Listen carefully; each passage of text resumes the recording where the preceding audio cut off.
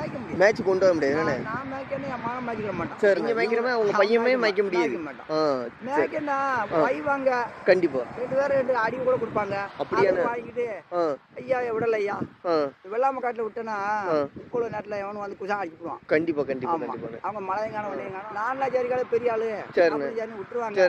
இன்னும் வர்றவங்களுக்கு தெரியாது தெரியாது. எப்ப 100 ஆடுன்னா சரிண்ணே சும்மா ஒரு 10 ஏக்கர் இருந்தா அவ்வளவு சுத்திக்கிட்டே வந்துடலாம். சரிண்ணே.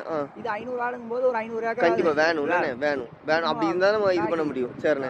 ஆனா அதாவது உங்களுக்கு வந்து நீங்க 10 வயசுல இருந்து ஆடு வளர்த்துட்டு இருக்கீங்க. 10 வயசுல இருந்து ஃபுல்லாவே ஆடுதான்.